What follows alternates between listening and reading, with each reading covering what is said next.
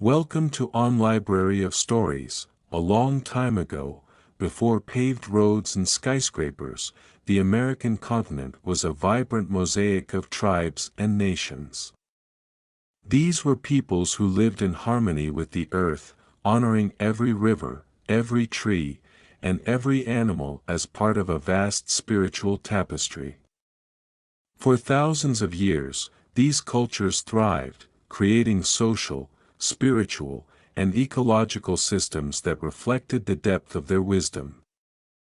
They observed the stars to guide their journeys, listened to the winds to understand nature's messages, and sang to celebrate the very act of existence. However, with the arrival of colonizers, much of this knowledge was lost. This is the story of wisdom that time almost made us forget. Yet still echoes in the land, the rivers, and the hearts of many. Prepare for a journey through time, where the voices of elders and the whispers of the earth can still be heard. This is a story of respect, harmony, and spirituality. This is the story of the indigenous peoples of the Americas. Before any border was drawn by foreign hands, the American continent was a vast mosaic of life. From north to south, hundreds of nations flourished, each with its own language, traditions, and unique way of interacting with the natural world. These lands were not contested territories but sacred homes, carefully protected by those who believed the earth belonged to no one, and all belonged to the earth. On the plains of central North America, the Lakota followed the movements of great bison herds, recognizing in the animals the gift of sustenance and balance. In the west, the ancestral Puebloans built stone cities that seemed to grow from the very mountains, harmonizing architecture and landscape. Further north, the Haudenosaunee, known as the people of the Longhouse, created one of the world's first democratic systems. A confederation uniting 5, later 6, great nations in peace and cooperation, each people had its own unique relationship with the land. For the Tupi-Guarani of the southern tropical forests, nature was a reflection of the sacred, and every river and mountain carried stories of gods and ancestors. Meanwhile, the Inuit of the glacial regions demonstrated their deep wisdom by adapting to the harshest climates, finding food and shelter where others saw only ice and desolation. These nations did not merely survive, they thrived. Trade networks connected distant tribes, enabling the exchange of goods, ideas, and stories. The Atlantic shells found in the Great Plains and obsidian from the west discovered in the east testified to societies interconnected long before modern globalization. Yet more impressive than their trade routes or constructions was the shared philosophy among them, a profound respect for the interconnectedness of all things. They believed humanity was but one thread in the web of life, and breaking that balance would bring chaos to all. The American continent was not a wilderness to be conquered. It was a vibrant, complex world shaped by those who understood that true greatness lies in living in harmony with everything around them. One continent, 1,000 peoples, and a lesson humanity still struggles to learn. Native American tribes and nations were far more than mere human groups. They were complex societies, each with its governance systems, codes of conduct, and rituals ensuring internal harmony and collective survival. These organizations embodied profound wisdom about communal life, where each individual had their place and their contributions were valued. Among the Haudenosaunee, known as the Iroquois Confederacy, governance exemplified an impressive balance between central authority and local autonomy. This confederation, formed by 6 nations, operated on a system of consensus where tribal leaders convened in a grand council. Every decision was made not only with the present in mind but also considering its impact on the next 7 generations. This long-term vision demonstrated respect for the continuity of life and nature. It was also a system that avoided tyranny and ensured every voice was heard. Regardless of status or position, in the Southwest, the Hopi maintained a deeply spiritual and decentralized society. Each village was governed by a council of elders who collectively decided important matters. Their governance was intrinsically linked to spirituality, with many decisions guided by ceremonies and signs from nature. For the Hopi, leadership was not imposed but recognized as a sacred duty. Moreover, their oral traditions ensured that spiritual and practical teachings were passed down from generation to generation, preserving the essence of the community. In the heart of the Great Plains, the Lakota divided their societies into smaller bands, each led by a leader chosen based on merit. Major decisions, such as war or collective hunts, were made in larger councils where every warrior and elder's voice was heard. This fluid organization allowed the Lakota to adapt to seasonal changes and environmental challenges. Their ability to quickly reorganize in times of need was one of their greatest strengths, reflecting the adaptability that ensured their survival. Meanwhile, the peoples of the Northwest, such as the Tlingit and Haida, created social hierarchies marked by clans. These clans not only organized social life but also dictated rights to land and natural resources. Each clan had its origin stories, emblems, and spiritual lineage, celebrated in elaborate ceremonies like potlatches, feasts where wealth was distributed to reinforce alliances and demonstrate generosity. This practice strengthened social bonds, balanced resources, and ensured no one hoarded excesses. The common thread in all these organizations was the same: an unwavering respect for cooperation and interdependence. Among Native American tribes, decisions were rarely made by a single individual. They resulted from collective debate and often had a spiritual character. Leadership was seen as service, a responsibility to the community and ancestors. Additionally, there was an emphasis on constant learning, where every tribe member contributed their knowledge and skills for the common good. Native American tribes and nations had an organization that transcended politics.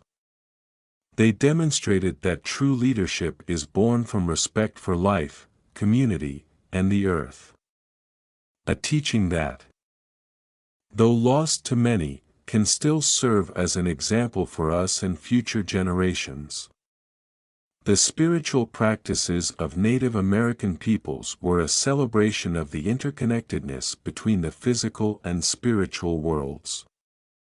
To them, the earth was not merely a place to live but a living, sacred being whose divine essence could be felt in every mountain, river, forest, and animal.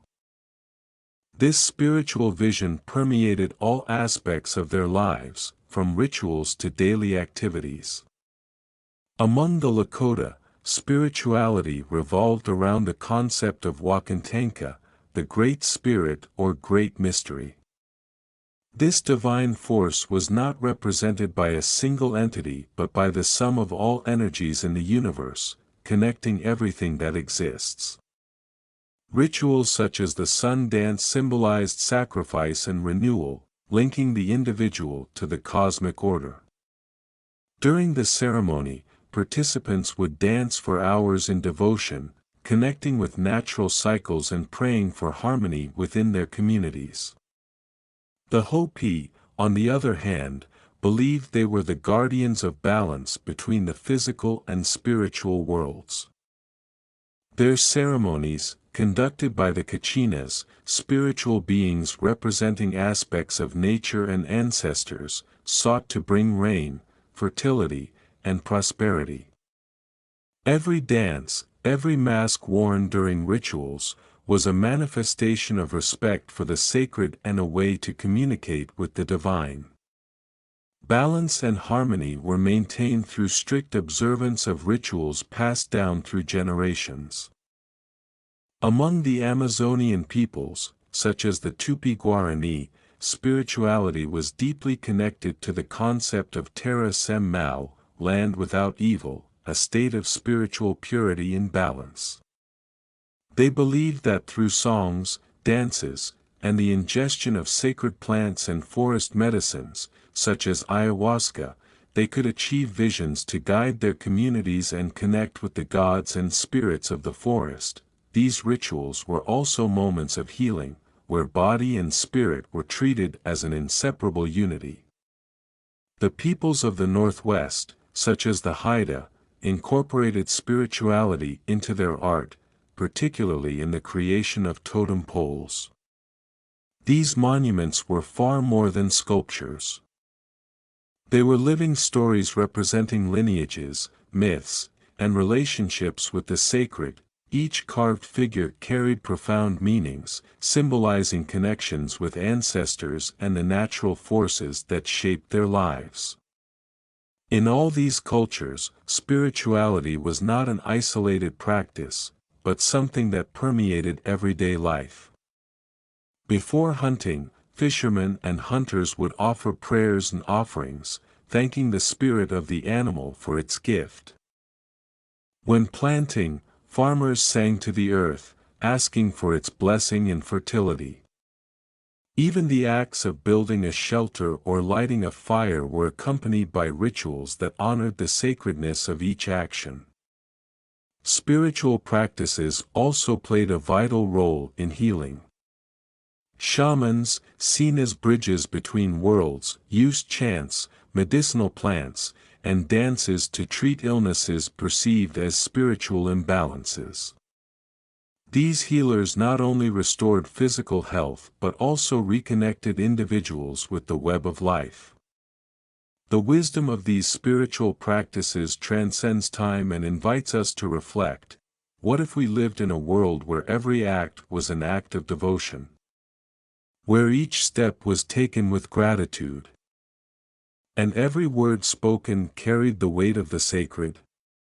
Perhaps, like Native American ancestors, we could rediscover our connection with the divine. The philosophy of interdependence was at the core of the Native American way of life. They viewed the world as a vast web, where every being, every element of nature, was interconnected and played an essential role in the harmony of the whole. This vision was not just a spiritual belief but a practical philosophy that guided their decisions and relationships with the earth and one another. Among the Great Plains peoples, such as the Lakota, the concept of Midikuyoyasin, all my relations, symbolized this connection. It did not refer only to human relatives but to all forms of life, from the bison to the wind blowing across the prairies. The Lakota believed that harming any part of the web of life meant harming oneself. This belief was reflected in their respectful use of natural resources. Every part of a hunted animal was utilized, and rituals of gratitude were performed before and after the hunt. The Hopi, known as the people of peace, lived this interdependence through their relationship with water and the arid lands of the Southwest. For them, survival depended not only on human labor but on a sacred partnership with nature. Therefore, their agricultural practices were based on rituals that invoked rain, recognizing that without the help of natural elements, life would not be possible. This understanding shaped how they planted, harvested, and even shared food, always in harmony with natural cycles. This philosophy of interdependence also permeated their relationship with past and future generations. For Native Americans, time was not linear but cyclical. Ancestors were not distant, they lived in stories, rituals, and the land itself. Similarly, every decision was made with future generations in mind, aiming to preserve resources and balance for those yet to come. This concept of intergenerational responsibility is encapsulated in the Iroquois practice of considering the impact of every decision on the next 7 generations. Moreover, interdependence was lived daily in the sharing of responsibilities within communities. Everyone had a role, from the youngest to the elders, who were seen as living libraries of wisdom. Survival was not an individual endeavor but a collective one, with each person contributing to the well-being of the group, whether by hunting, farming, teaching, or healing. The Native American philosophy of interdependence offers us a vital lesson. We are not isolated islands but part of a vast web of relationships.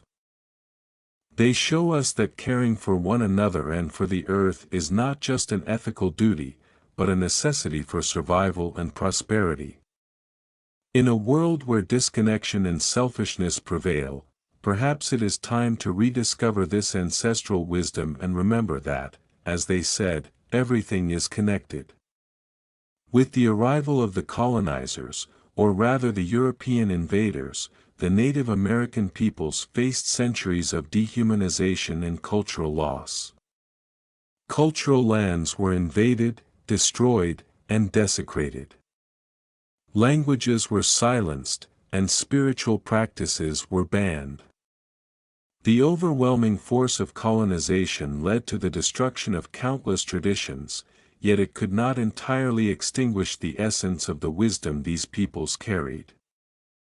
Despite the hardships, many of their teachings still echo in the modern world, inspiring movements for justice and sustainability.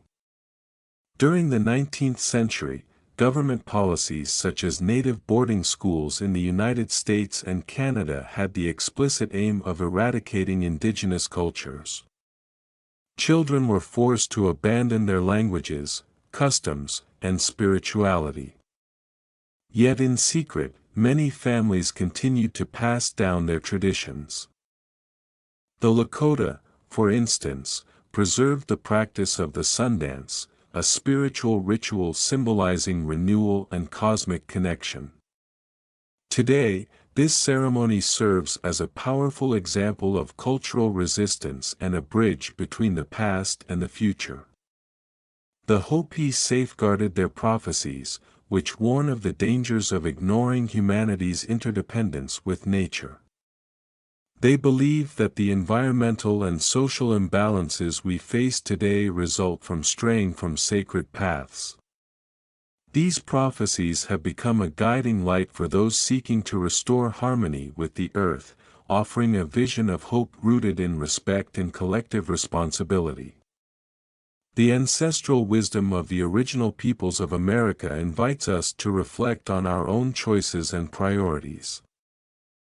Their teachings show us that true progress lies not in reckless exploitation, but in creating a balance that honors all forms of life. It is a call to listen to the echoes of the past and move forward with greater awareness and gratitude. After all, as many of these cultures believed, what we do to the earth, we do to ourselves. Thanks for watching.